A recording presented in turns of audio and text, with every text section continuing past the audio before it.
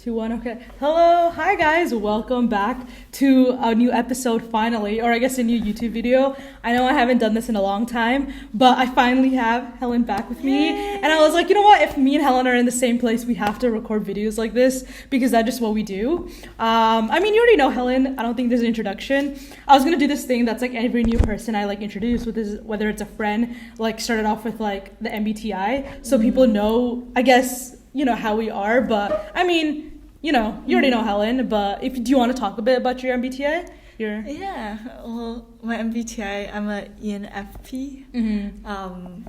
The campaigner, I think that's what it is. I think it matches with my vibe. I'm a pretty outgoing person, intuitive, I'm a very feelings person, and perceiving the world. Perceiving. I think in every category, I'm pretty like leaning towards the one that I am at. So I'm an ENFP. And I'm an ENTP, and I think like that's why we're so similar. Like we're literally like very similar. Like even our Enneagram and everything, we're very similar in personality. So that's why we get along really well. That's one thing I've noticed. And yeah, so just starting it off. So for today's video, I kind of wanted to dig more into like, you know, the experiences that we kind of went through this summer. Just because I feel like the change that we went through was very similar. We both moved out for the first time, which is really exciting. And then we've changed a lot throughout these 4 months, whether it be career-wise or personal-wise or just everything, our outlooks in life. We found that a lot has been changed. So it'd be really cool to like, you know, do a video about that, to like share these experiences and talk a bit more about it. And I do want to do a lot of this semester and talk about different things like, you know how we talk about the podcast, it's called Psychology in Your 20s. I kind of wanted to do something similar to that and not make it so like research based and more of like a conversational based between friends, because it's always fun to like talk about different topics, whether it be like, you know, navigating careers in your 20s or navigating relationships and navigating moving out or art or any of that sort, right? So yeah, just to start it off, I guess a bit of background. Wait, let me pull up the notes app. For context, yeah, I had homework, which I didn't really even do. I was like, yeah, I'm gonna like make a whole like notes app for like, you know, a note on it just to like navigate through this podcast, because I haven't done this in a long time, so I don't know really how good I am at talking like this in that setting. But yeah, so I slept from like 10 p.m. to like 7 a.m. I was knocked out, so I didn't get a chance to really structure it, but I think like, you know, we'll make it work. We have had talks like this before, so it's not anything out of the ordinary. So the first things first is like, so I moved out to Toronto this summer. And I moved out to Fremont, California, the Bay Area. The Bay Area, for those. The Bay Area. And even though we were like on different sides of like not even country, we were in different countries. I think we still maintained the relationship really well because we were both going through very similar changes in our life, and because of that we were able to like stay connected for like a long time. Did you feel that as well? Like our friendship definitely was very strong. No, I feel like because we were both navigating through like similar situations, like moving out for the first time, doing like an internship in like a completely new place, starting out in a new internship, trying to make friends and make the best of our summer. Like there were a lot of times where I know like you would understand how I feel, and I feel like I can understand how you feel. So whenever I felt something, I just picked up the phone and I just FaceTimed you. So we stayed connected really well. I missed you. I know, I missed you too. I was like,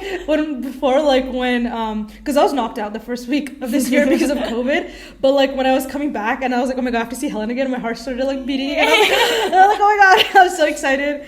Because, you know, just out of pure excitement. And even though I was really dead, but it was great that you were one of the first few people I saw, because I felt very like integrated. And, you know, I was like kind of glad that I came back. Like, you know, in terms of everything, I'm definitely in a better headspace because of our talk yesterday. It's only been a day and we're already doing this. We're like, no rest. Get it started right now. But I felt that too. Like I just loved how much we like talked through FaceTime, and we had like a 3-hour like time difference, but we still made it work. Yeah, every time I'm like spiraling and like going out of control, I'm like, Farron, ground me. No, I'd be like 6 a.m. in the morning. I won't forget. There's this one time that was so funny. You were in LA, and like that's still a 3-hour time difference. It was so funny. I wake up at like 8 a.m. and then I get like, I didn't even like wake up from alarm. I get like a FaceTime call, and I'm like, who's calling me? And for some reason, the caller ID from my FaceTime just is like not working properly. So it was like a random number. I'm like, who's FaceTiming me at 8 a.m.? And then it's Helen, and I was like, wait, what the heck? And I was like, wait, isn't it like 5 a.m. for you? Yeah. And then it was so funny. So then, but it was a good talk. I learned a lot. And I was like brushing my teeth. I was like doing like, making breakfast while I was like on FaceTime. It was really fun. But yeah, I was like, that was so, I love that. I'm like, Farron, I can't sleep. Talk to me, please. Yeah, the sun is rising. I have not slept. Yeah, I was like, dude, the sun's been risen. I was you hear like, the birds outside? I'm like, no, I fully forgot about that. Yeah. But there were so many other times where we had it like that as well, where we would like literally FaceTime a lot, talk a lot. We would text so much. Holy shit.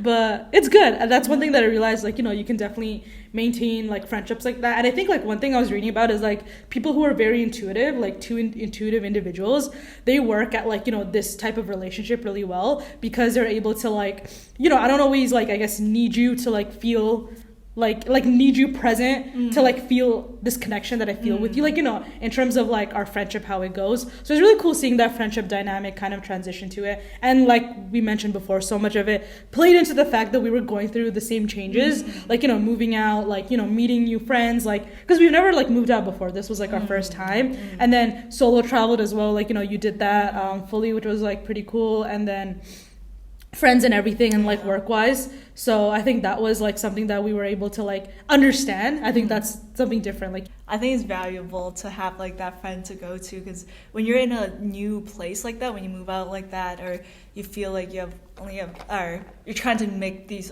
new friends in a short amount of time, and you're like trying to form these connections, you can't force things sometimes, and you can't really like push yourself really like hard in that one direction. So it's nice to have someone that's familiar to you and someone that's like able to like reach out. Yeah. I think like one thing that I was thinking about was like an example I can think of, right? So like, when you were like, I moved out before you because your internship started like a bit later, right? And then I got this feeling of like a loneliness feeling, right? And everyone is gonna feel that when they move out. It's very universal. And I was like, I know I can't get rid of this loneliness from like a partner or like a friend or anything, right? It's something that you have to navigate yourself. So I remember when I went through that and then I got past that, because I think it was like more than a month, right? Then you were going through the exact same thing, right? And I was kind of telling you like, like it's totally fine, like it's gonna be shitty, but you have to like embrace all the feelings. And I think that's something like, that's an example where we definitely were able to relate a lot to it. Yeah. I think that's a nice transition to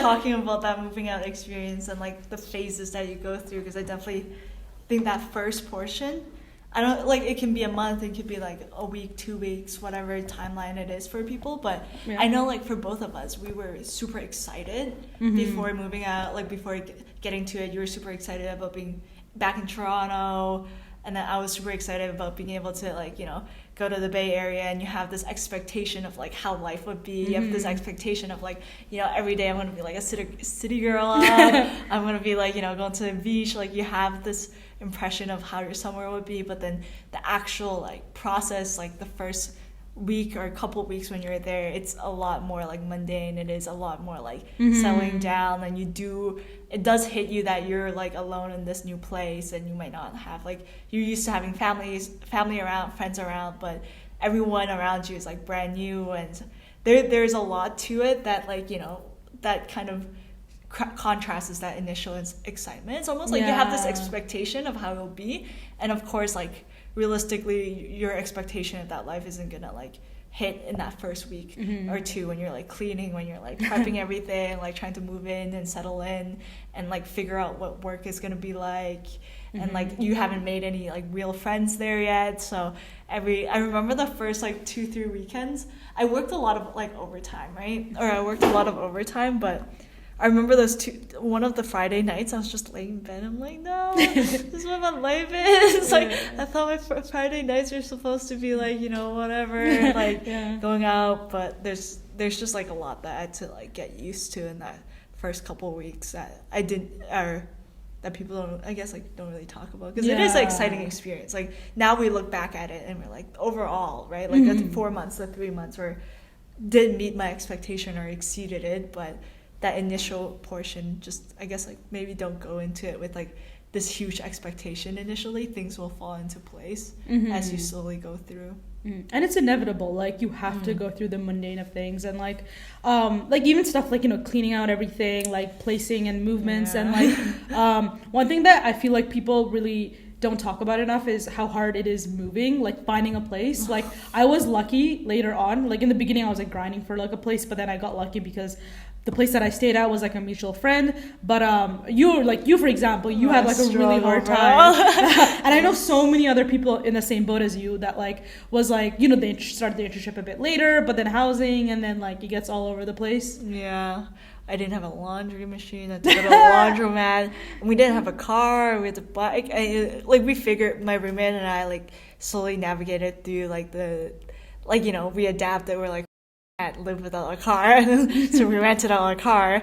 And then, like, certain things we adapted to, but I didn't have laundry, I didn't have kitchen. Essentially, it was like a studio without those two things. Like, I had a big room, like I had a mini fridge, and I have like a nice washroom that I shared with my roommate. So like I liked, it wasn't bad, but no kitchen, no laundry. Like I would never do that again. I think it's just like the fact that I was like, okay, I'm gonna be there for 3 months. Like, I brought like a instant cooker thing. I was like, I can make it work, and I did for like a good like 2 weeks, and then I'm like, I'm gonna buy food, or I'm just gonna sleep for dinner.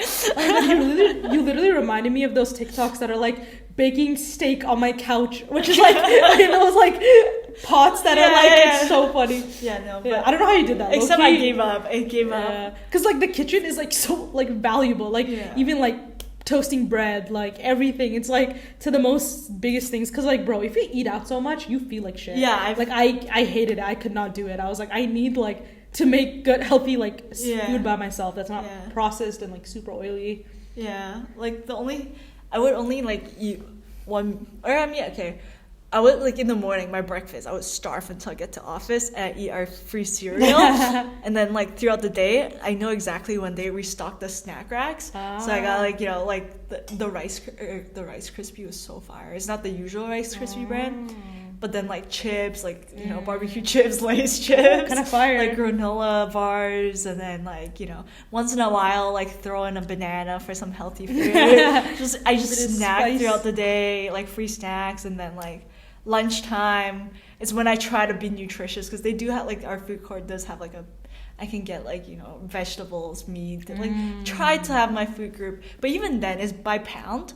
And I'm like, so, like, you pay by pound. So then I'm like, you know, I don't eat that much anyway. So then I always like try to like, my mentor would always look at my plate of food and is like, bro, you're not even eating like an actual meal. Like, what are you doing? I'm like, girl, trust me, it's enough. Girl dinner, girl lunch. And then I get home and then I'm just like, you know what? I ate enough snacks for the day. I don't need a dinner. Yeah, you're in the trenches. And it's so hard because like your location is like, Fremont is very like industrial, like the place you're in, like very suburby. So it's not like, oh haha, like a 1 minute walk to like Shoppers. Like no, like you were going through the trenches. Yeah. When I had the car, like, it made life a lot easier. But even when I had the car, I'm like, I don't want to spend money on dinner. And then I'm just like, to make myself not feel guilty about not cooking, I'm like, I might as well just not eat. Bad. Yeah. Oh wait, this is not good advice. This is not good advice. But if I had a kitchen, if I were to do this again, or not like again, like I am planning on like, you know, leaving Calgary and all that stuff, I will properly like, you know, meal prep. I will be a responsible adult. But no, you tried your best, honestly. You were doing the most, don't even worry. I tried. Yeah. Remember my little pot that I showed you a picture of? Like, I swear I have a screenshot of you like just with my little noodles. Broccoli. But it's okay, you made it out. And that's so funny. It's like, I just want a kitchen. That's all you need. I want a laundry too. I remember like I only brought 2 weeks worth of clothing. Which was like low-key not that smart either. And then like I would always run out of clothes to wear, and then we don't have like a day where my roommate and I could synchronize to do laundry together. So I would have to like I had to borrow her clothes. I'm like, hey girl, like I ran out of pants. Yeah, Can I have a that's pair of crazy. pants? No, I didn't go through that struggle. I had like no socks. And I pull out to work in my like little heels, and they're like, "Oh, you're dressing up cute." I'm like, "Bro, I just ran out of socks." That's so funny. Yeah, that's learning experience. Yeah. That's funny. But yeah, so no, that's definitely the initial phase of moving out. It's not. She was in the trenches. I wasn't like that. She's like, I did my laundry. Yeah, I did it right there. I have my kitchen. But yeah, so I think moving, like, because I had a lot of friends who were in a similar situation to you in terms of like they lived in the U of T dorm and like they didn't have like a kitchen and stuff like that. Mm-hmm. And like even their roommates, like there were so many problems. Like I had so many problems with my roommates, like with my roommate.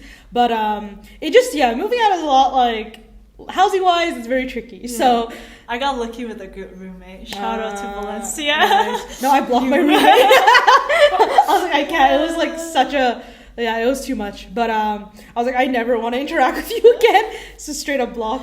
But what is this? So that happened. And then, so that's how like, the first few days goes, the mundaneness of everything. Mm-hmm. One thing is like, you're essentially starting from scratch. Like, I feel like I haven't had that feeling yet of like, people who like move out post-grad, it's definitely a lot more of a different experience than like moving as an intern for like 4 months or 3 months or whatever, right? Mm-hmm. Because it's like, this is like your complete life now. Like right now I'm like, I'm going to go back to Calgary. I'm going to like, see my friends again, this and that. But like when you move out, like after grad, it's definitely like a whole different experience. So for me, like making friends and everything, I was definitely like, it wasn't like, in the beginning, I was definitely alone for the first half quite a bit. Like I experienced that. I know a lot of people experience that as well, especially for like, Toronto is different in the sense of like Cali. Like I was talking about this with, I think you or like just one of my other friends as well. Like Toronto, a lot of people are commuters. Like they still live within the city ranges of like Scarborough, Mississauga, Vaughan, all those places, right? Like there's so many families living there. So a lot of the people, they commute 1 to 2 hours or even 45 minutes, however far they are, right?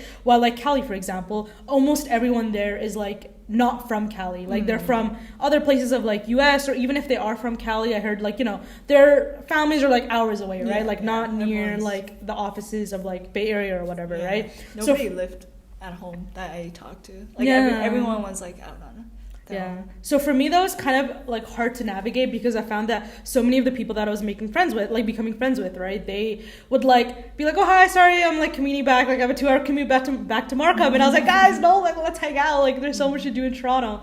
And so many people who've like lived in Toronto, like who was working at my company, have lived in Toronto their whole lives, right? Or like are so familiar with the city, so no one was in this, like not a lot of people were in the same mindset as like, oh my god, let's do this and that, like there's this event, let's like explore, be tourists, like make the best out of it, right? Because they're like, screw off, Farron, we've been here for like years, like we don't really care anymore as much, right? So for me, I had a bit of trouble navigating that and like finding my demographic, but I think I slowly try to like see people who are very similar to me. So the people that I got really close with, like one of my friends, she's from UBC, then the other one is from UFC, actually. He's a year younger, and then there's another girl like from Waterloo. So like, as you can tell from my friend group that we kind of formed, they're all over the place. They weren't really from Toronto, and because of that, they were in the same mindset as me. That's like, let's explore, let's do this, let's do that. There's so much to do, right? And because of that, I got like, we had so much fun doing so much together, and that was really fun. And I think one thing, like, if you're moving to a city, I feel like Vancouver is probably very similar to that as well. So if you're moving to places like that, like definitely keep in mind to like, you'll find your people, even if you feel like, it's not there yet, the demographic, like it will come, you'll slowly understand people who are also in the same mindset as you, and then kind of grow on from there. Mm-hmm. And yeah, I guess like your experience was different in terms of like everyone there was like not from Cali or like, living at home. Mm-hmm. So how do you think that was like, making friends and stuff like that? Yeah, I think the harder part is like in Toronto, it is a city. So then you were able to like, oh, like let's train to like whatever, let's go to this event. But like what I found was like at least with my group of friends that we formed, that were also living in Fremont or in that office, nobody had a car. when we got a car, things got better, but like nobody had a car, and without a car you don't go anywhere, because again, like the Bay Area is hella spread out. Like you think Calgary, whatever, you have to drive. Like everywhere we go, if we want to drive up to SF, it's like an hour drive, and like if we want to go to like Palo Alto area that's like 30 minutes. Even like San Jose is closer, but like Oakland's another 40-minute drive. So everything in that kind of Bay Area is also very spread out. There is public transportation, but like it's very much like a little sus sometimes too. And then like also like not very like in the city, right? So when we wanted to do things, it's always like, you know, like what do we do, right? Like where do we go? And then like, so it's, we had friends. I was okay with, or I did make friends in the beginning, and like we did go out like, you know, during the weekends, but it's hard to, I think it's like just harder because everyone too, like even though they're here, everyone has some of their own friends too from like, because everyone was in the Bay Area for internships during the summer. There were a lot of like people, like my roommate had her other friends that were there, like some of our other friends might have other friends, and then everyone kind of does their own things. But overall, like it's like it's hard. I think it's harder because it's people all, we also like to do different things. Yeah. So I think that part was hard. I did make a lot of like new friends that were more like, you know, like I see every day, or like we would go to work every day together. And then like I made some friends that were at the other offices too, where we like hung out a couple times as a group in the beginning. But I don't know. I guess like it's hard to hang out with people if you don't have a car. Get a car. If you go to the Bay Area, be the car friend. Yeah, you will get a lot of clout. Hella clout. And then like, you know, having a car. But once you like I think my internship went for the better once we started getting a car and we could drive places. We could go places during the weekends. Like most of the stuff I did was during the weekends. It's a lot harder, I think, because like the area is so spread out. Like for example, we get off at 5, right? You go home, you whatever. It's like all of a sudden like 6, and then like traffic anywhere. But like I still did quite some stuff after work, and like, you know, got to do a lot. But yeah, I still had a pretty eventful time. But it's something that got like slowly started up in the beginning. It's just like we were all very excited. We're like, yeah, we'll be down for anything. But and then it's like, how do we get there? And then like hard to follow through with plans if people are like whatever. But the Bay Area is so spread out. Like I didn't even realize how much it was until when we went to SF last year. We were like, we needed a car. Like we would have died without. Like San Fran is very like small. San Fran is totally like doable without a car, but like Bay Area, like going anywhere, like it's a mission. And everyone like, and then I remember like being like, oh my god, like, you know, my friends from Calgary, like so and so is gonna be in the Bay Area, like so and so, and they're like, and then like we're like, okay, where's everyone? I look at their address, like 2 of my friends are in San Mateo, and then like which is like closer to SF. It would be like 45-minute drive. And then like, you know, we all like, I still hung out and met up with people, but it's definitely something that's like, having a car is way more convenient than not having a car. And then the toll situation. Did you get the fast pace? No. But toll, no, it's fucked up. So to go from one side of the city, like the Fremont or Oakland side, to the other side, like the rich people side, the Palo Alto, to like, you know, SF side, if you cross a bridge from the poor people side to the rich people side, you have to pay toll. Like really? Which is like $70. Damn. And then I like for car rental we rent at Hertz, right? Yeah. That's like they charge extra too. I paid so much money in toll. Like when That's my family came, and to go the other way, you don't have to charge toll. That's so rough. So there's. I don't know the reasoning behind it, but I'm like, bro, I got so pissed off. Capitalism. Literally capitalism. Yeah, and then we would always drive so far. Oh, really? I take the long way? Yeah, but no, it was good still. But the driving, definitely not a very commuting friendly type of place. Like true. Toronto is more like city central vibe. For sure. Like you're not going to go out to Markham for a week.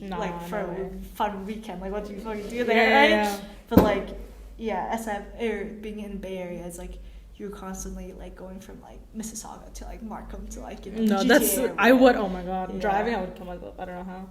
That's crazy. Oh, nice. Yeah.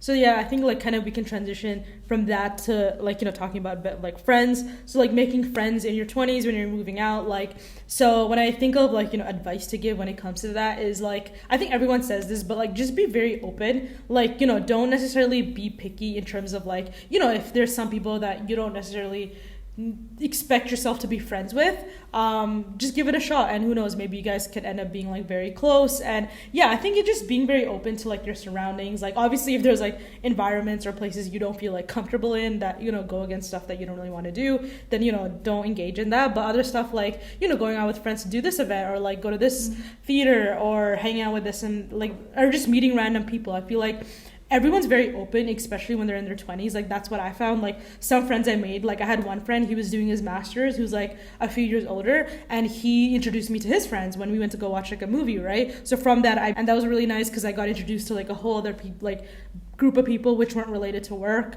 And then my other friend as well, like I went to like, you know, one of her parties, and then she introduced me to all of her friends, which were like, so I think just being open to like all those places and like meeting people, I think that's definitely like, you know, you'll find your like people gradually like that. But I do think definitely work is very big, because that's where like the closest friends I made, like my work friends, like my other intern friends as well. And I think that's very similar to you. Like, you know, you met a lot of friends through work, and then from that kind of branched out to like the other offices too, stuff like that. Yeah.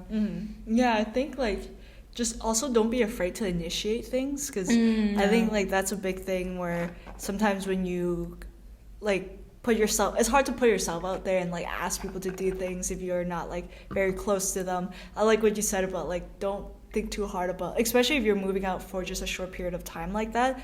Like I think if I was making new friends in Calgary, I'd be more selective. I'd be more like, oh, will this person be someone that's like, you know, long-term connection type of vibe. But there's a beauty to people, to meeting people and becoming friends with people that you probably wouldn't have. You guys might be totally opposite. Like a lot of the friends I made in Cali, like to be honest, like I don't know if I'll ever talk to them again. Like, you know, like obviously if I see them like doing something, we'll like reach out and stay connected. But like there's like there's something cool about like being in a space and like part of like your life where everyone around you is from all different like places. You guys probably won't be ever in that same place, in that same stage of life ever again, but you guys are here right now in this time. And like, you know, cherishing that moment for what it is, I think is very unique. And yeah, don't be afraid to like ask people to do things. I think sure. Do not be afraid. Like people think like, you know, am I like being too much, or are they gonna like, I want them to make like the first move, like not even in the relationship sense, right? Like for friendships too, you're like, oh, you know, I don't want to seem too forward or whatever. I think I was totally like completely extroverted. And, like low-key it bit me in the butt sometimes because people thought like my friendly. Okay, hello, we're back. Sorry, my SD card ran out of storage, which is on me because I put a 32 gigabyte SD card for like an hour-long podcast. So that wasn't the best move to make. But okay, we also have Rhea. Should I say hi to Rhea? Hello. She just joined us. She's back. Yeah. She's joining us. Yeah. Okay. Oh, sorry. So wait, what were we finishing off? So we were talking about they're flirting again. You guys in the podcast too. That's too. You guys are dogs. I swear. Okay. Anyways. Distracted. I was like, wait a minute. So wait, what were we were talking about friends and like, man. Yo, it was going good. I forgot what we were cooking. We were cooking, and now we forgot. Friends. Something about we talked about friends. Like oh, don't be afraid to initiate. Oh yeah, making friends. Yeah. Don't be afraid to. Sometimes it does bite you in the butt because for me, I had an experience where I was like, I'm being very friendly. I'm trying to like, you know, ask people to hang out, to go out, just because I need people to come. Like I want people to come do things with me, but then like, you know, tech bros. Yeah, whatever. Yeah. But and I think your thing, okay, apart from the tech bro thing, but like how Cali's set up is like it's very international with like people from like all over the world essentially working there, while like Toronto, like even our company, they don't really allow for sponsorship outside of like Canada itself. So like the people that I got exposed to were very like, you know, they're still Canadian, but yours were like all over, like, you know, all over the place, you know. So I thought that was really cool seeing that different dynamic, you know. Yeah, I think like my roommate, like, well, all of them were like doing school in the US, like, you know, did their undergrad or were doing their undergrad.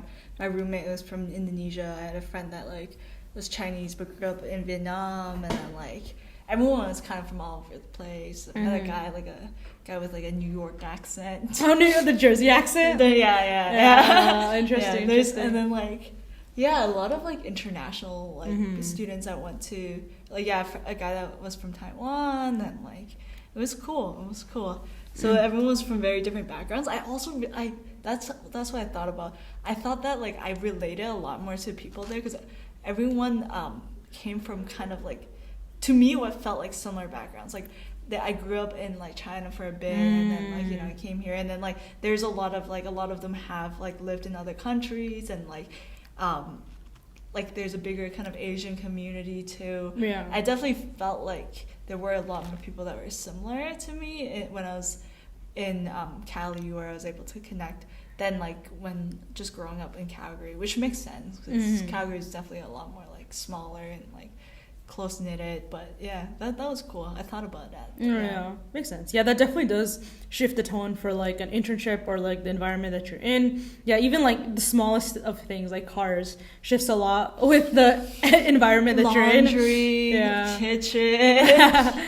Yeah, I wonder like how much more like lively in that sense, like let's say if you worked at New York would be, because it's like it's like Toronto on like steroids, like it's like much more bigger in that scale. Like even for us there was so much within the proximity that we had. So but there's probably something like I do like, I grew to like it. I don't think like, I think too much is not good for me either. Yeah, I like being able to like I'm so much more of a nature-y person, like having the beach so much more accessible, having the weekends be like going to the beach, going to the mountains, like the places. And then like I think SF is more like a unique little place too. Like it's very like, it's city, but it's not like too city. Like it's very unique in that. So I think I grew to enjoy like, you know, having some peace and like not having to like being in the suburbs, but during like, you know, going to like the Palo Alto area with like Stanford is a big university town, and like there's like you can get away from the hustle and bustle very easily. I can go home to like you know, I don't have to stress out about parking. I don't have to stress out about like hearing like when I'm at home, it feels like I'm like actually like at home, and I can go to I have a point to say. Yeah. Because, okay, no, I definitely felt that because, bro, there were so many times in Toronto, like, I would be sleeping through, like, a whole ambulance, cycle. It was insane. I was like, what the hell? And it wasn't even that bad, but, like, compared to my other friends who lived, like, in peak downtown area, like, mine was, like, closer to the university, which is still in downtown, but theirs was, like, Nathan Phillips Square. Like, the ambulance is, like, insane. Like, the police, like, bro, it's bad. It's definitely, like, there all the time. And I feel like I got numb to it because I was like, wait, I don't recognize it. But then when I look back on videos and, like, you know, because I like to make, like, very, you know, cinematic, like, one still montages, and in the back it just like beep boop beep boop. I'm like, wait, I like totally forgot about this because I feel like I get so accustomed to like the city noise. It's never like quiet. Like when I come back to like, especially when I came back and like see like, you know, living back in my house in Calgary, I'm like, holy, like I've not like experienced this like quiet in so long. I don't really think it's that bad or anything like that, but it just definitely was like my level of quiet was definitely different in Toronto than it is here in Calgary. Yeah. So I think I like having the option. Like I definitely like if I go back to the Bay, I think like there are like areas that I would prefer to live in more than Fremont, maybe, but industrialized. Yeah, it's like, but at the same time, like it's nice that the city is accessible. It's nice that like the ocean is accessible, the mountain is accessible. So I think like whatever I wanted, I could have gotten it like with a car ride. Like I wanted to go to LA and pay the tolls. You know, pay the tolls, or drive extra long. That's true. But yeah, there's a lot of nice things to do. I think I like the I don't know. Yeah, I've never been like big city vibes person, but I think there's something that's nice about being able to go home to somewhere else. But I also want to try like a city. Like I wouldn't be like against trying like, you know, like going to New York or like but I do remember though, for the start of my summer I did a Toronto trip and I did a Vancouver trip. But for me, I think I'm much more of a Vancouver person than Toronto, like a West Coast. But I've never been to New York, so I want to you haven't been. You gotta get that experience. Or like, bro, I wish you like came to my apartment. Like everyone came, and I'm like, not you. I was like so sad. I was like, come on, guys. Like, did you go to? No, she didn't. It was you too, and I felt so bad. Well, you know what? I had like a free air mattress. Yo, unblock your roommate. Let us back.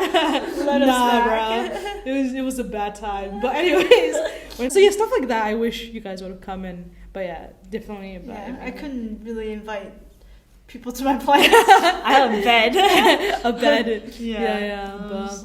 But what else was I gonna say? Oh yeah, so when we were talking on the lines of like friendship, right? So I think it's really cool that like, you know, a lot of the friends that I made, like even though they were within like a small proximity of time, like we were still able to like connect so well and like just be so close. And I'm like, you know, like these are people who I've barely known for like a month, but like they just know, like we've shared so much about each other's lives, and like we would talk all the time, like especially like, you know, two like few of my close intern friends, like, you know, we'd work, like, you know, go to work, see each other all the time, we'd be on the same floor, so we'd be like really close to each other. Then after work we would hang out, and then like, you know, in the weekends we were also all like our closest friends, so we'd like hang out on the weekends too. So it was just like literally seeing these people like 24/7 almost, and I'm like, it was just so much fun in that as well, because like even though these were people that were like strangers like literally like a month ago, and then now they're like people I'm the most close with. So definitely getting that, you know, now that like, you know, we're not there anymore, like we're all like scattered around Canada, it's definitely been an adjustment. But I mean, like today I actually have we have a scheduled FaceTime call because we're in 3 different time zones. But you know, I'm excited to talk to them, because I haven't talked to them in that while, and like, you know, get all the updates. So I think it's really cool that like, you know, within the small time that we had, we were able to just like connect so well. And like even like, you know, all the problems and stuff that I was going through, they still would like listen and like, you know, be able to talk about their lives. And just like this mix of everything was like just such a amazing, cool, unique experience that I got to get. And some of these friends, like I feel like if I was back in Calgary, I wouldn't necessarily be like the closest with, just because I think our group dynamic would be different. But just because we were there at the same time, at the same place, like, you know, we were just there as like, you know, a group, and we bonded together really well. And yeah, I think it was cool to see that dynamic. There was something else I was gonna mention. Oh yeah, like I just feel like they also like understood me really well in terms of like, there'd be times where I'd be like going through it, and they're like, Farron, we've only known you for a month, but we know you're not like this, like get it together, we know you're not like this. So I thought it was really like, you know, getting that closeness within that time. I wonder what you're expand, elaborate. I mean, I also felt like, I think honestly, maybe like opposing opinion, but like sometimes like I also felt connected, like my friends and all of that too, but like it's okay to not feel like these people might be like your lifetime people, because it's hard sometimes, I think, depending on the type of person you are. I know like Farron and I are like very like connection driven people. We're like, we want that emotional like connection with like friends, we want to form these type of things. But I know in the beginning I like kind of struggled with like, I think like everyone's fun and people are great to be around, but like sometimes like I didn't feel like we would be people that like could connect at another level. Like I didn't feel like, you know, these are the right people. And rather than like forcing that to happen, like I did like make a couple of friends that are like obviously more like I could connect on another level, I can talk about more things with, and like they understand me. But it's okay, I think, like if you find that, you know, like people are different, and like you're just there to like,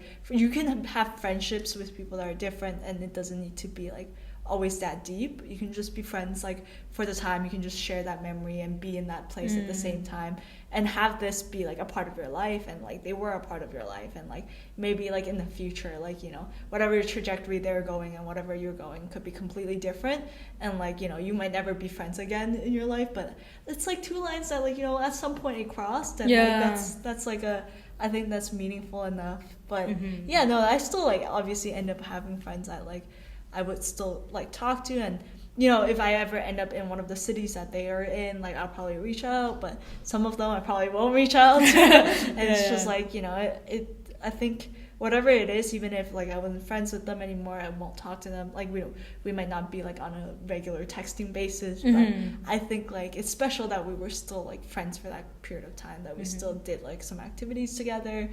But yeah, I think that's that's definitely a great point. Like, I think that, like, when I was talking about, like, the close connection I made with my friends, like, I do want to emphasize this is, like, it was, like, a couple, right? So don't feel, like, this obligation to, like, feel, like, deeply connected to, like, all the friends that you make. Like, that's a very unrealistic standard. And, like, the thing about, like, temporary relationships, like, that's a thing, and I think that's totally okay with it. Like, I've definitely adjusted to that a lot more. Like, I know some friends, like, we're here because we're in this time and space together, living in the same city at the same time, and because of that we, like, shared a lot of memories. But like you said, like, if you were to, like, it doesn't have to necessarily expand for the rest of your lives or even a year from now for it to be meaningful, right? And I think I definitely recognize that quite a bit, and, like, try to adapt relationships like that. Like, this could be the last time we ever talk, but there's so much, like, beauty in that in itself. It doesn't have to go on and on and on for me to, like, miss you or, like, reminisce about this relationship that we formed. Like, being able to, like, detach and say goodbye. Like, we talked about detaching people from the memories and, like, what it is, and, like, I think I'm someone with attachment issues, if you guys can tell. I'm just kidding. Stop flirting again. But, like, I think, like, attachment issues anyway, so that's what I'm talking about. No, I felt like, me too. But, like, at the same time, it's like, there is beauty in things that are, like, temporary, and, like, I feel like maybe younger Helen would be like, oh, like, I'm gonna miss this person, I'm gonna try to, like, stay, but, like, sometimes things are just, like, better if you just kind of leave it and, like, have it stay as a memory, and, like, each chapter of your life are gonna have, like, different characters, and, like, like, maybe one day when I, like, think back to my experience, I'll be like, oh my god, like, I don't know what this person is doing in life, and, like, but, like, we hung out, we went to work every day, it was fun, but, like, there's something that I think there's something that's, like, unique in that's different than, like, friends that you form and they're, like, your friends for the rest of your life, which is, like, also very nice, but you need a mix. You need a mix. I think sometimes relationships in that sense can get damaged if you're, like, keep trying to, like, maintain it for too long, or not, like, maintain a relationship that might not exactly thrive in this environment of, like, you living there, they living there, like, whichever place, right?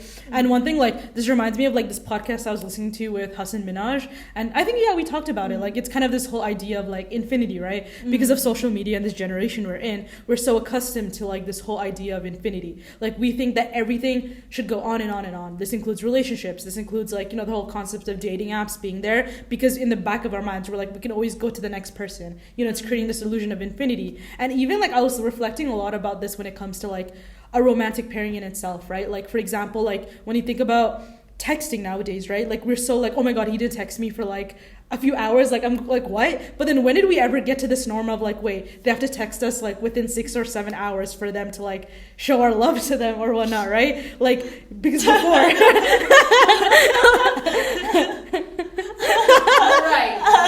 You're right, but like, text me back. 6 hours, text me back, love me. We're the problem.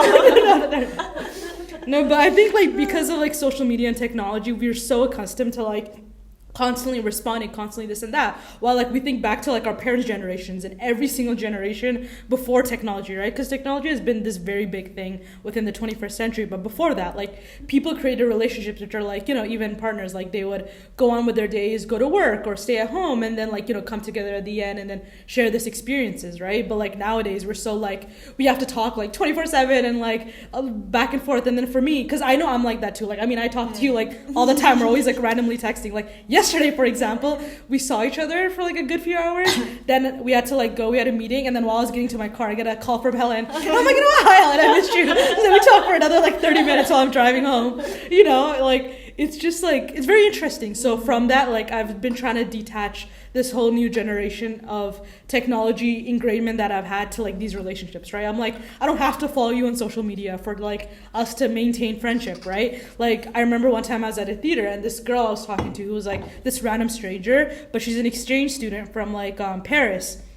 And she was talking about it. She's like, oh yeah, like I've just been working here at like one of the consulting firms in Toronto. And then I was like, oh, that's so cool. And then we were talking before Oppenheimer started, and we had a good like 15-minute conversation. Then after that, we like talked about the movie a lot. And then I was like, oh, do you have Instagram, by the way? And then she's like, oh no, I don't. I use social media. And I was like, oh, okay. And then I was like, wait, this is like the last time we'll ever interact. And then I was like, I don't know why. I just automatically was like, you know, what do you have an Instagram? Let's stay connected. But then I'm like, what does that even mean? Like seeing each other's stories, like liking each other's posts. Does that really mean connection? Or like, did the talk that we have, was that already in itself like a really good connection that we don't have to expand from there, right? So I think for me, I'm trying to like rewire my brain a lot to doing the, you know, the reflection part of like, you know, we don't have to like be BFFs and like follow each other and like do this and that. So yeah. I think so too.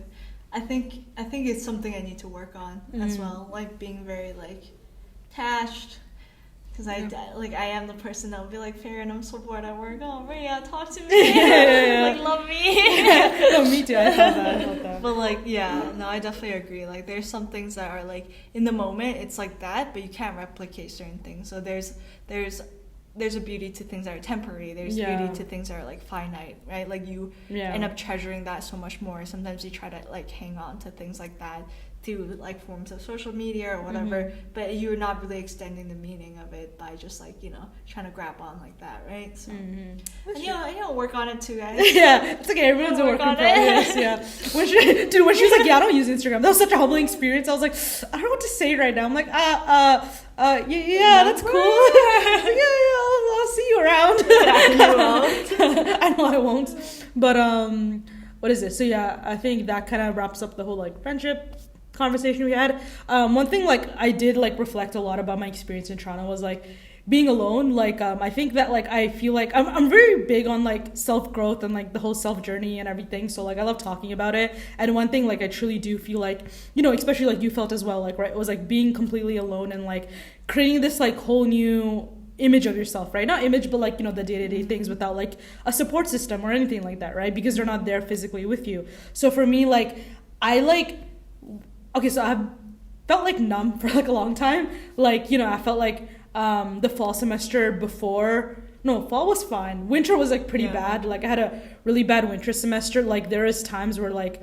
for me, how I deal with emotions is like pretty bad because I think I gaslight myself a lot. Like even when I deal with stress, I'm like, oh, just an emotional go away. But then I didn't see how much it was affecting my body. And because of that, I had a lot of like, you know, bad like side effects from that. And then like, I just felt like so numb because I was just like in this like grinding mentality, which I was like, I never felt satisfied with what I was or who I was becoming. Like I felt like I always needed to achieve something. Like it needed to be the best. Like I was always looking to the future, right? Like every internship I did before the one in the summer, I was like, I kept trying to aim for like something, right? Because I was like, wait, is this what I want? I'm not too sure. I'm still trying to like be flexible with everything. So I kept like always trying to like never live in the present because I was always working towards the future, right? And because of that, that created this really big like numbness in me. And it wasn't until when I went to Toronto and I was like completely alone, and I think it was like my you know, if it's like, if I break it into like three, what is it now? Okay, if I break into like four quarters, like I think like after the first quarter, like the first month, right? I remember this one time where I was just like on a solo thing by myself, and like I just remember I was like in one of the parks and I just like started like breaking down, and I was like, why am I like crying? Because I'm going through like, I don't even know if emotions is what I'm feeling, right? I think like I just hit a point of like I need to like I feel like I'm so satisfied with myself, and I needed to be alone to like feel like the how grateful I am to like how much progress I've like grown, right? Sorry, I like kind of jumbled everything, but like I think that I needed to be alone in that time to fully like appreciate me as who I was, right? Like I couldn't get that appreciation or I couldn't get that acknowledgement from someone else. I needed to get it from myself, right? So I remember like that day I was like out like vlogging and like editing videos and like talking to like random people and like going to really cute shops and like vintage like stores, and I like was like, oh my god, like I love myself so much, and I didn't realize how much I love myself until that moment. And I felt like slowly when I was like alone with myself a lot in these environments which I found myself in, that's when the numbness went away. That's when I was like, I don't feel this numbness anymore, right? Because I'm slowly accepting myself. Like one of the few things like in terms of like New Year's goals, like there was a lot of like, you know, resolutions I had. I don't really put it qualitative, like number wise, like qualitatively, right? Or quantitatively, right? I didn't put it like quantitatively because I knew I was going to stick to it. Like if I was going to be like, oh, I'm going to the gym 4 times a week, I knew I wasn't necessarily going to stick to it. I kind of instead shifted my resolutions into something that was more like a progression based, right? So one of the things I wanted was like, to be more selfish, and another thing was like to be more what's the word called, like forgetting, I had it in my notes app. It's like being more grateful towards yourself, like gratitude, like showing myself more compassion. So that's slowly what I started doing. I was like, I am enough in this moment in time. I don't need to be someone else to like, feel a certain way. Like I'm deserving of love and deserving of these experiences in the present self that I am in. So I felt like that was a very big shift in my mentality, because I never in the past lived in the moment. So for the first time I was living in the moment. Like I wasn't worrying about like, what I was going to do tomorrow, or what I was going to do a week from now, or like the future, or like the next internship, or what courses I'm taking, or anything like that. Like I truly had to be alone, like put in this position where like I had no support system or nothing, and like just be enough for myself. And that's when I started being more compassionate, being like, I love myself, and showing more gracefulness in my actions and words. So that's one thing that I kind of went through, and I'm sure you went through something similar in terms of like being forced to be in a position where you all are fully alone. Yeah, I think I think one similarity is like that I did feel like I'm able to feel it being in the moment more, and it's like being able to like truly recognize like what you're going through right now is going to be like an impactful part of your life, and what you're going through at that exact moment.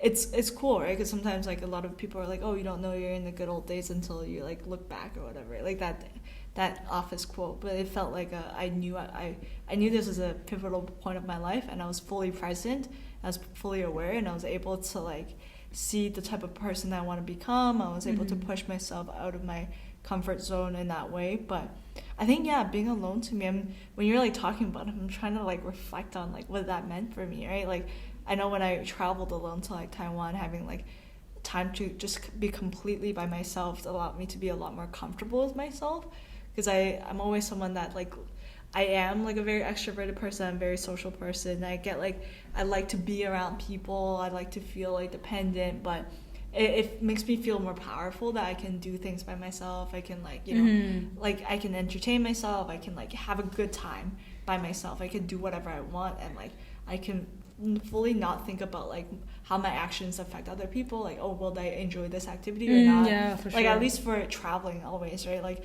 if I like to plan things, I'm hoping everyone enjoys it, and like even though like even if nobody puts a pressure on me, I'll think about like, oh, so and so might not be enjoying this right now, like so and so, like would they like it or whatever, right? But being by myself, that helped a lot.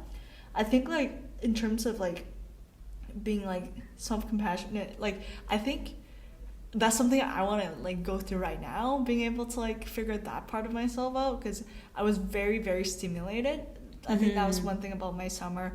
I was alone, but like even in the times when I was alone, it was more like in the initial phases, and then slowly for the rest of the kind of like the term, right? Like I was actually barely ever alone. And like I think now I had all this stimulation, like all this external influence, like of making me like kind of like invent the type of person that I see myself becoming. And like now is kind of the hard part, because I think even though now I'm like with friends and like with family and have a support system, there's something that like feels like, oh, I'm alone and pursuing whatever I have to pursue, right? Like being always surrounded in that like overstimulating like environment made me feel like even though I haven't gone to where I want to be, but like because a lot of people around me are like people that have gone to those places, makes me like subconsciously feel like, okay, I'm there too. But then now being completely withdrawn from that and being back home again and doing the routine again and like trying to keep up with that, like it's something that I'm trying to do. And like in that process I realized like I am not that kind to myself. Like you learned like, that a lot. Yeah. Like I'm not like a lot of the more like negative things about myself I'm starting to like see again, like when I'm very stimulated. Like I forget about like the more like, oh, imposter syndrome, being insecure, and like being like anxious over certain things. I forget about those things because you're stimulated with new thoughts, new experiences, right? And then like now that we're back, like I'm back in Calgary, I have to like face the actual process of like fucking to like all these like to becoming the whatever person I want to become, I'm like, God, like then it dawns onto me, like, you know, like all these things about like, am I ever going to be good enough? Like, will I, like, you know, what you kind of talked about with the numbness you felt initially, it's kind of like some of the feelings I'm feeling right now. I think I was actually in a better headspace before than I am now. But like, it's not in a way that like, that I'd rather be back there. If that makes sense, because I grew and like growing, there's growing pains, right? Like growing and like putting yourself out of your comfort zone is not always gonna be comfortable. And I think I was very comfortable before all this experience. I was like open to any opportunities. I was like, you know, whatever comes will come. But I think the whatever comes will come, like just like leaving it out for the universe, that is it's a good like headspace to be in, because you don't feel as stressed out. But part of it is that I was afraid of like putting a lot of expectations on something and failing, right? And then like, because I was afraid of that, I would be afraid to act. And like, there's something about that I still need to figure out, like, you know, not being afraid to like try hard at something, not being afraid to like really want something. That's something, like I never really wanted anything because I'm scared that if I really want something, I try to get it. I don't get that. And then I would just feel so disappointed. But I think like another level to it is like you have to be courageous enough to be like, I want this thing, I'm gonna try hard at it, and if it fails, like, you know, like I'll like be resilient, learn a lot from it, like it's a growing but process. Like you have to like admit to yourself that you want it, right? Like you have to admit to yourself that this is something I want, I'm gonna like work hard at it, and like whatever the result is, like that's a part of the experience. But if you're just like, oh, you know, whatever, like for at least for me, what I saw, like when I use that mentality, sometimes it's just to like hide away from the fact that I'm scared of actually having a goal and never reaching that goal. Yeah, no. We talked about that. Like, I remember we were like on a car ride and we were like talking about this exact scenario of like putting all your eggs in one basket, and then it's like being afraid of like, you know, like what's gonna happen next, right? But no, you bring out a good point in that sense. But it's like, well, but obviously, like, spread out your eggs, like, you know. Yeah, spread your eggs. Like, I mean, like, I really want something, but it doesn't mean that I'm not going to have plan B's and C's in case I don't get that. But, like, admitting to yourself that, like, I do, like, I really want something. I want to be a certain person, right? For sure. I think definitely also, can you pass me my DG? This is out of storage right now, too. Yes. Hello, technical difficulties again. We're on a different camera now, so if the orientation is different, it's because of that.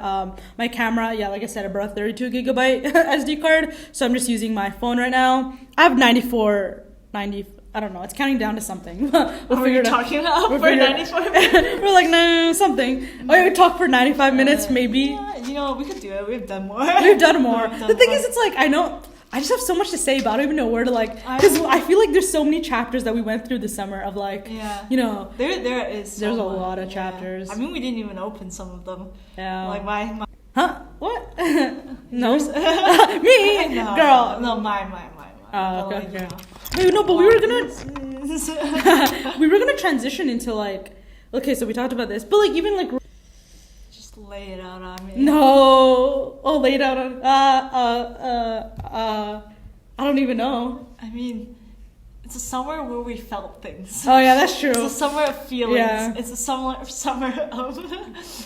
that's like acting on your feelings. So yeah, I know. It's so gross. Actually, no, that's actually a good thing. And I'm trying to, like, you know how one of the things I was talking about when I'm working for my resolutions is like being more compassionate and with myself. And one of that is allowing myself to feel things. Because before I'd just be like, no, I'd go the other way. I'd be like, it's not that deep. I will just turn the other way. It's fine. Like nothing will like logistically come out of this. That's how I used to be before, right? So like there's no point in investing in this, or like I used to look at relationships as very much as like a checklist. And you know that. You called me out a lot on that. It's like you should not look at it as just a checklist. Like just because they require this box and this box and this box, this does not, and like, you know, they check off all your boxes. That doesn't mean that like you have to like this person. And for me, I found that a lot of the people that I've like liked before, or even like there's not too much of a database to like go off from, but like I'm looking at the few people I did like, you know, crush on, I felt like in a way it was never really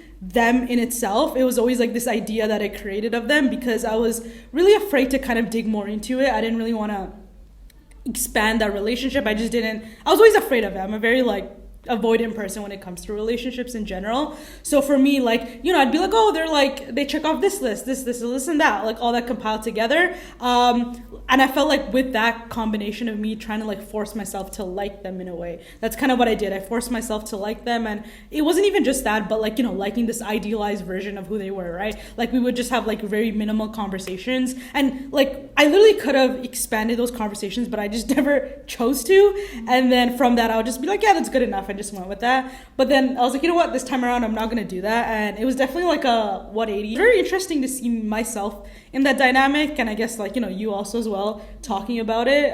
Definitely a lot of growth from that specific situation in itself, like just being more compassionate of like, you know what, like these feelings that you're feeling, they are deep. They're not just something that you can just like toss away and just be like, whatever, right? Like sometimes, you know, these feelings come for a reason, and like it's okay to embrace them and not like be so hard on yourself, right? Like I said, I used to be very hard on myself. I'm like, I need to reach a certain point in my life to like accept love or like be in a relationship. Like for me, I still don't think I'm like, you know, ready for like a relationship, but like I still wanted to like feel a lot of those things that I wanted to feel that I felt maybe left out on. And I did still get to like, you know, feel that without really being in a relationship or anything like that. So I thought that was definitely like a cool learning experience. Yeah. Yeah, I'm proud of you. Yeah, like okay. I'm like, that's good.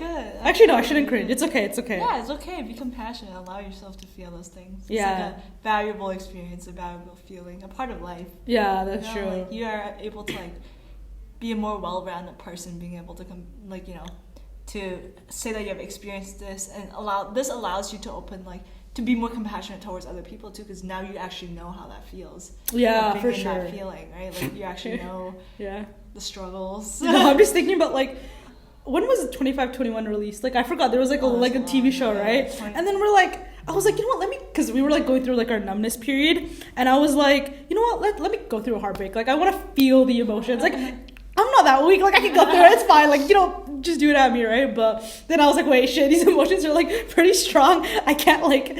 You know, I realized for the first time, I was like, wait, this shit kind of deep. Like, people actually be kind of, they got a point out here. I was like, wait a minute. So then I had to, like, you know, be like, wait, maybe I don't want, like, a devastating, like, heart-wrenching, like, heartbreak. I mean, I didn't go through any of that.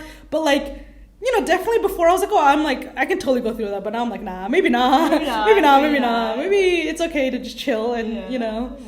I think I was, like, very similar. I'm like, I want that, like, you know, heart-hitting, like, you know, shit you see in movies, it's the shit you like hear in songs, and like, you know, like I wanted to like feel things, like be irresponsible.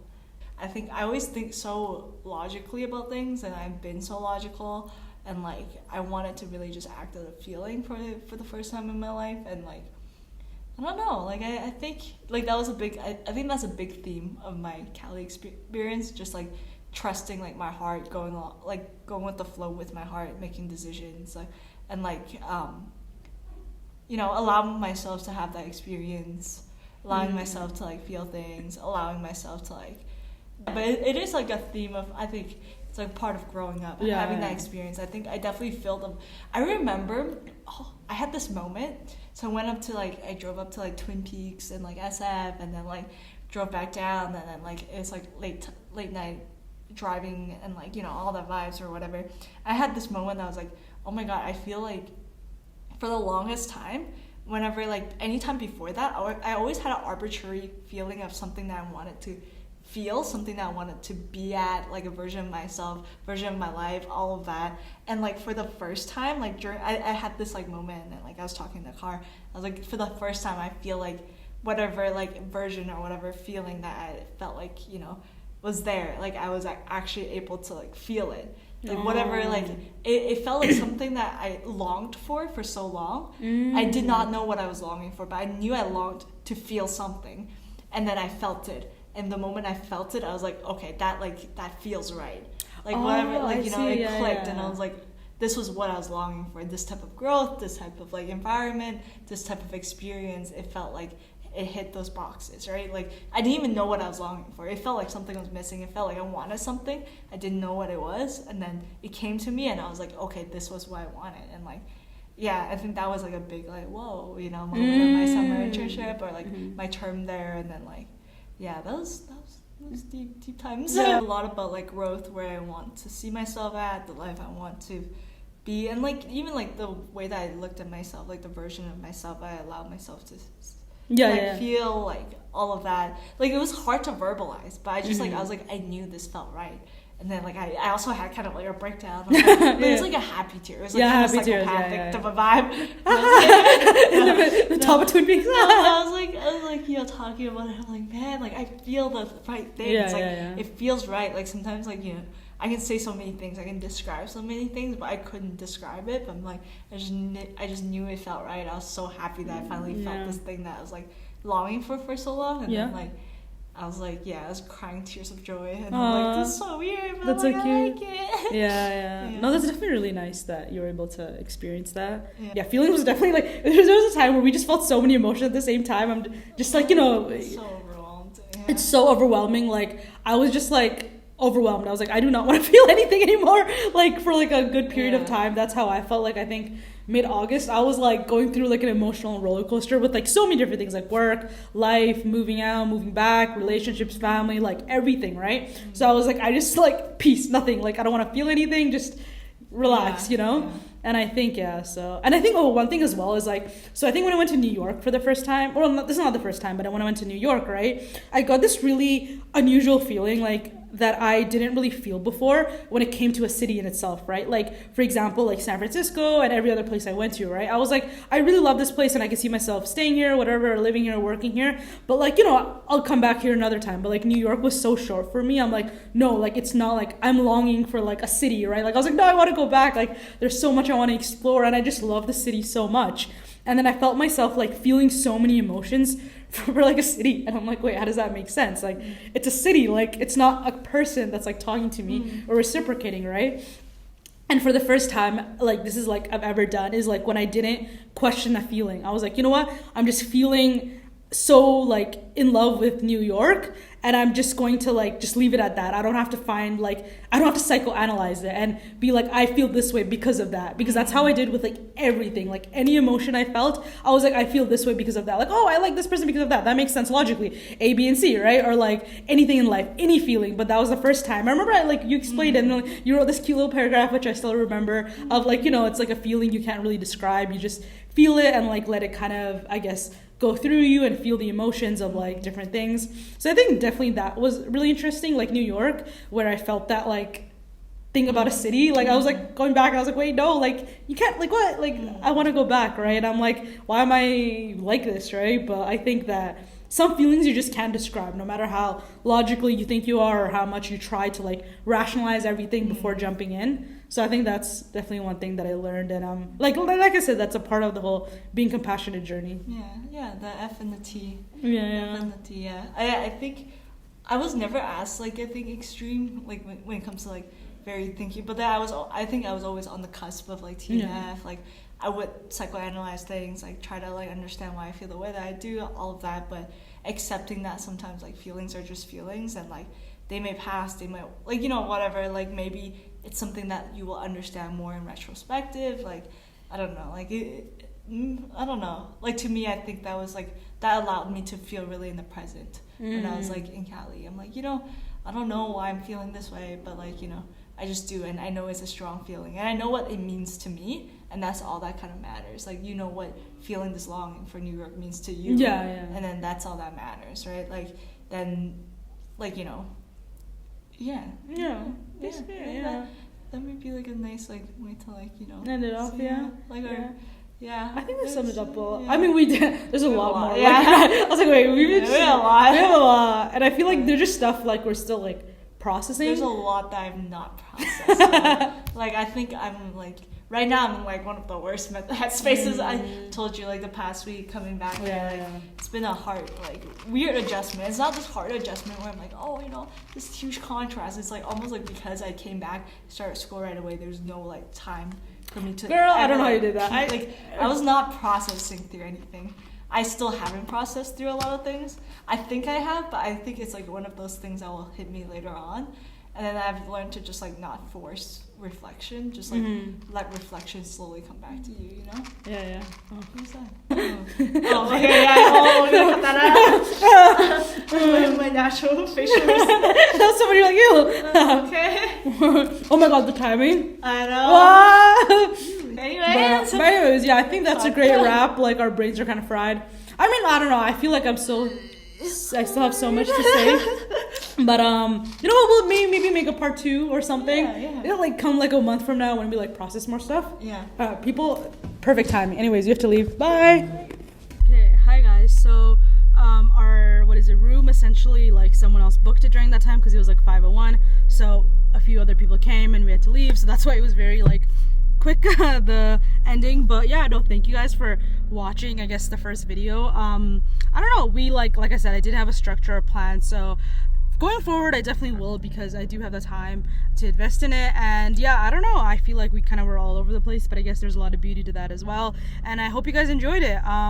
Did I want to say anything else? Yeah, we just got so tired in the end because we were talking for so long, and then, you know, I had to switch like camera, SD cards and whatnot, and then, you know, like Rhea came and then we were talking more and more, so like it was total of like we were talking for like 3 hours straight. Like, it was really tiring, so definitely we needed a break, and I think we're still so like overwhelmed and tired with like everything. So maybe going at a video this strong wasn't really the best approach to take. Maybe we should have been more like chill and fun, but I mean, which, I don't know, I thought it was pretty fun. But yeah guys, I will see you guys in the next video. Bye.